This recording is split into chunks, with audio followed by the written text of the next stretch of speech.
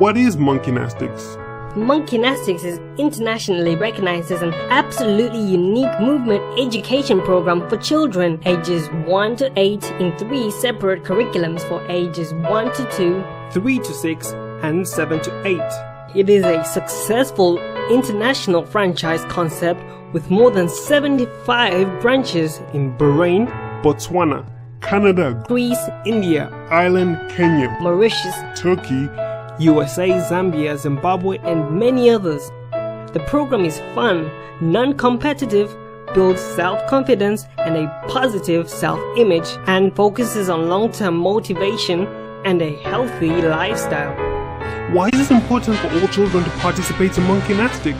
Movement is as natural to children as breathing and almost as essential. The Monkeynastix program provides children with a myriad of different movement experiences in different contexts in order for them to discover the unlimited possibilities that exist in physical activity.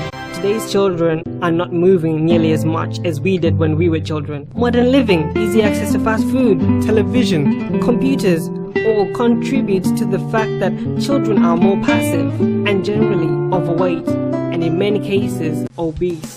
How are the classes presented? A qualified instructor will visit a venue once per week to present a 30-minute class consisting of a warm-up, locomotion activity, cardio fitness, speed and agility main activity with specialized equipment and a cool down to more than 40,000 children in this age group worldwide.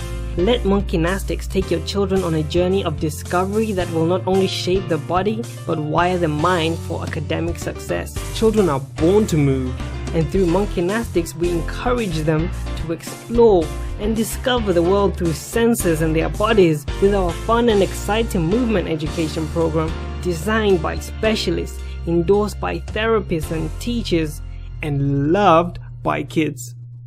Still not convinced about the company? Here's an interview I did with the managing director and company owner. I was lucky enough to get an interview with him and to get some really good advice from him.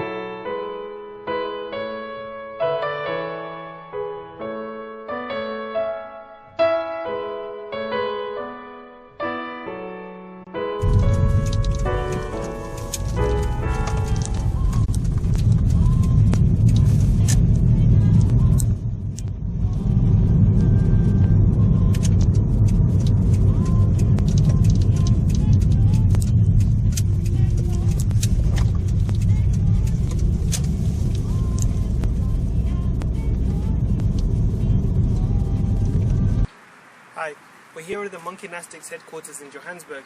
Before we were looking at the Pretorian headquarters. I'm going to go inside and we're going to talk to Dirk. Cool. I'm Dirk, I'm the Managing Director of Monkeynastix International. We've got 75 franchises in 23 countries. I was a gymnast. When I was younger, I could never compete at the Olympic Games because of the sanctions against apartheid in those years. But I was an Olympic level gymnast. I've always had a passion for sport, for living a healthy lifestyle.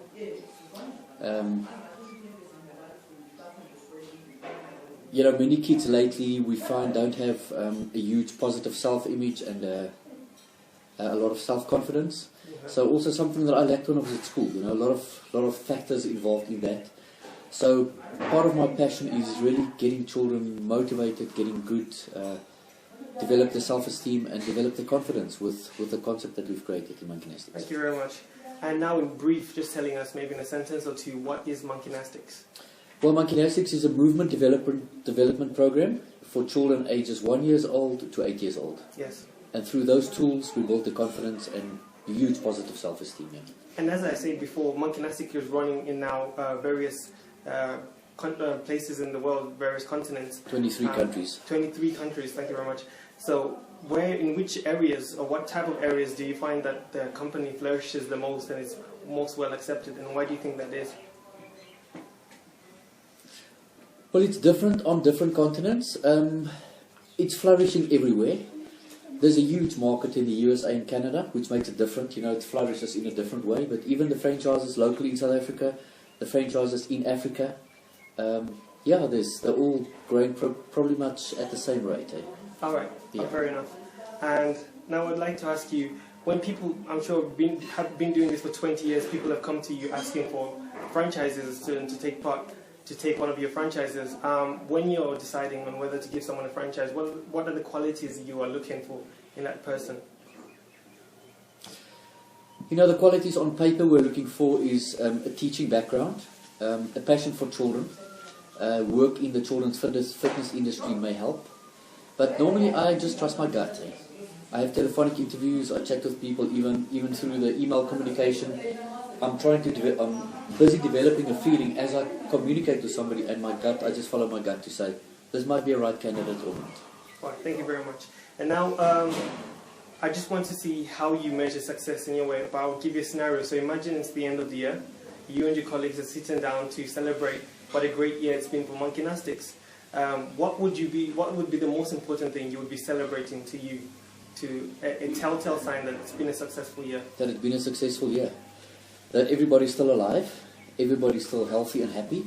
Yes. And of course, you know, we've achieved our financial objectives, being able to pay all the huge amounts of money that we need to pay for all our salaries and our handouts, and you know, to run organisation, internet and wireless and laptops, and it's a huge monthly expenses. So to cover that, and you know, to make a profit is always nice, but my success is measured on the happiness of the people, or how well the staff is doing in their personal lives, you know. I think that's a very good answer. Cool. And may I ask, what are you most proud of as an entrepreneur, and why? What am I most proud of as an entrepreneur, and why? You know, I'm very proud to meet new instructors. We just had an instructors training course that finished last week. And I'm very proud to see these young people getting involved with so much passion. You know, that is what it's all about. I get excited about seeing these people speaking about classes that they're doing, or the way they're exploring Monkeynastix. I've been there many years ago. To see that really makes me very proud. Yes. You know, I'm also a qualified Master Life and Business Coach. I qualified in Bournemouth, England, in the UK, through the Life Coach School International. And you know, those skills I bring in and with my staff, coaching skills, improving people's lives in general, not just Monkeynastix and getting more kids on the program. So there's a lot more to it. Advice to young entrepreneurs coming up. We're often told that you need to identify your strengths and you need to identify your weaknesses. However, once we're told this, it's hard to take the next step, and it's hard to even understand what that might mean. So for yourself, how do you identify your strengths, and how do you take advantage of them, and then how do you compensate for your weaknesses? You know, it's good to identify your strengths and work on those. And a weakness, for example, one of my weaknesses, I'm not very good at legal things. Yet we have a very strong legal system. So I outsource that to people that know what's going on in the legal department. So that's a weakness, but I get somebody that's really strong in that. So I don't go and try to pretend that I'm a lawyer. I outsource that to people that can take that over and really be strong in that. Mm-hmm. You know, it's a good thing to identify your strength and what are your weaknesses, but you have to follow your passion. Hey? So advice for kids, it's very difficult out there, so you need to get a job, you need to pay the rent, but find out what your passion is. Many people don't even know what their passion is. So find out what your passion is, what you really love doing. Do it for free. And eventually it will turn into a huge income for you. Great. And we tend to assume that people who have held a job role for a long time are happy with every aspect of their jobs. And as a CEO, it looks like that's a position most people want to be in and think everything is good and great. However, I find that that's seldom the case. So in your experience, what are some aspects of your job that you dislike the most, or you like the least? What I like the least is my inbox, email. It's just too much. Too many emails coming in, too many people, too much spam. On Facebook, a lot of things, you know. So I think email, if I could structure email system a little bit different, so that I don't have to answer 500 emails a week, that will really help me. What are some of the things that you as Monkeynastix wish you could do better? What we can do better right now? Yeah. You know, I think we, at the moment, pretty much running at 100%. There's always room for improvement. We want to continue giving awesome value. Hey? Yeah. Times are tough, money's scarce, so we want to continue being the best product at the best value. Okay, fair enough. People always tell me that change is unavoidable. And in your presentation 2 days ago in Pretoria, you spoke about how technology is constantly changing and how we have to adapt and how the world around us is constantly changing very fast. As you've been growing up as a person and as an entrepreneur, what are some of the changes you've had to make in yourself, in your character, and in the way you deal with people in order that you may be successful? You know, you have to adapt with technology, yes. That takes a huge chunk out of your day to keep up with technology. So it's good to, you know, keep with technology on your in your business and upgrade all the time, having the latest and greatest technology, iPads and iPhones and whatever. But at the end of the day, many things in business stays exactly the same. The way it was 100 years ago and the way it is today is exactly the same. Mutual respect, basic trust, all those things is the foundation of business. Basic principles stay the same. The basic principles stay the same. The technology changes. The volume of things change. You know, instead I could be doing Monkeynastix. I could do a one-on-one interview here in my office, and I can also do a Skype interview to a radio station in Dubai. You know what I'm saying? So we're living in a global village, and there's no borders. So if you keep the basics the same, keep up with technology, it's pretty much on the way. One of the things you mentioned that really intrigued me yesterday was that the world around us now is tending to do the thinking for us, and we're doing less of our own thinking in terms of advertisement, and we're bombarded with information about everything from everywhere, and it can be very hard to sort through the information. If you were limited to just one person to receive advice from, who would it be and why? It will definitely be Nelson Mandela, because I have the world of respect for him. Hopefully he's still alive as we do this interview. Yeah, but I really admire him and his basic principles and the way he has survived, and how he's leading the people by being with the people. He's not leading the people from office, you know. Yes. So that makes a difference. And my next question was going to be, who's your role model and why? And I'm guessing it would be Nelson Mandela. Well, I wouldn't say Nelson Mandela is my role model. I'll think about that. I have a few. My one role model which stands out is definitely my attorney.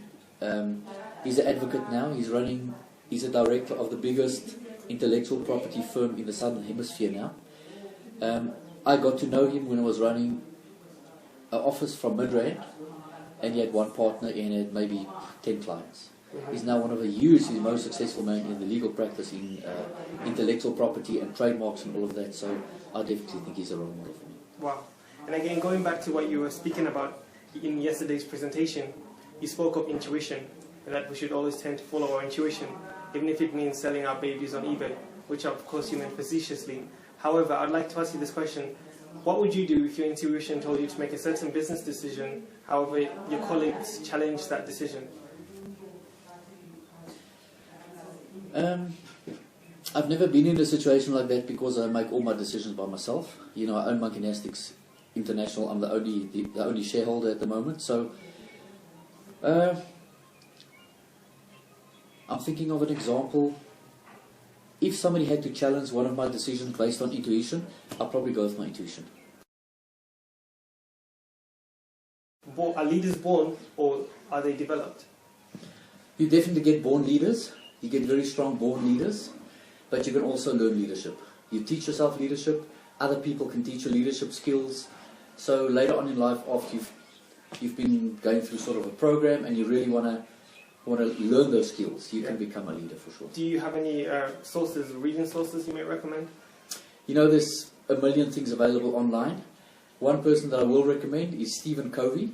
He's got a myriad of different books on leadership. There's a great book that Mayor Giuliani, he was the mayor of New York after the 7/11 attacks. He wrote amazing book on leadership. So there's a lot available online. Hey? Okay. And they're not all for everybody, so you will find something that clicks with you on leadership. And also, you know, to go to live presentations. When these people are in the area, all different things, it's always good to go to see a live presentation by somebody else. I'll definitely be looking up some of those resources. And one of the fears that people, like even including myself, has is that the industry or the business industry and the different sectors are getting saturated, and big businesses are really taking over, and it's very hard for someone coming up from almost nothing to get into a good level in the sectors. What advice would you have for those of us who fear that the industry might be too saturated? I would see that as absolutely positive, because too saturated means comfort zone. So there's, in this day and age that we are living in, there are huge opportunities. People must just start thinking for themselves, find out what passion they want to follow for themselves, and not be intimidated by huge corporations. Yeah. What do you believe are the most important attributes of a good entrepreneur, and why? The attributes of a good entrepreneur. I had it on my wall here. I had the 10 Commandments on my wall. That's the foundation of anything for me. So if an entrepreneur abides by those basic, simple rules,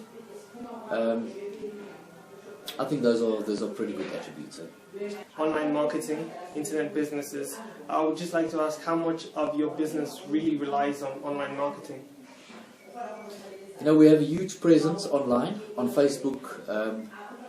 We've got an amazing website, we've got an offline program, we've got an online shop. So we've got a huge presence online. But in terms of marketing our brand online, it's not really our focus. Our focus are nursery schools and kids in nursery schools. And it's a very isolated market. So to spend money on online marketing, not on such volumes, sure. Not on such volumes. We do market, our website on different website pages related to kids, but we don't have an aggressive marketing campaign online. It's always good to have a good website, because anybody from all over the world can go onto that website, and that is their first impression, what they see of you and your company. So have a good website, have clear communication channels, so if they send you an email, reply instantly or have a response system in place, or reply at least within 24 hours. So at the beginning, the way you look, the way the website look, and if you have the shop, people that's coming in, it's got to look awesome, and communicate well at the beginning, it's important. Yes, and that goes back to what you again spoke about. In Pretoria, you spoke of the first impression people have when they see you or see something. That is very important and stays with them forever. For sure. And now I'd just like to open the floor up to you to talk about anything that we may have omitted, or a question you might have wanted me to ask, or something you'd like to say concerning entrepreneurship or Monkeynastix. People talk about success, people talk about opportunities. They've done some research in the UK specifically, and you can maybe go and find that online, where they ask people, what do you want from life? And most of the people, more than 90%, don't know what they want. So if you don't know what you want, how can you measure success, or how can you measure passion? People are too busy working, jumping on the undergrounds and going to work and partying over weekends or whatever they do. They don't take time out to say, is this really the life that I want to lead? To actually decide, this is what I'm doing, and do that, not just react all the time and do what they have to. So take some time, sit down, think about what you really want from life. Yes. Well, thank you very much for this interview. It's been a real privilege and an honor, and all the information you say from what I try and apply to my life, and I hope everyone watching also applies it to their life and sees success. I wish you and Monkeynastix all the best in the future. Thank you very much. To you as well.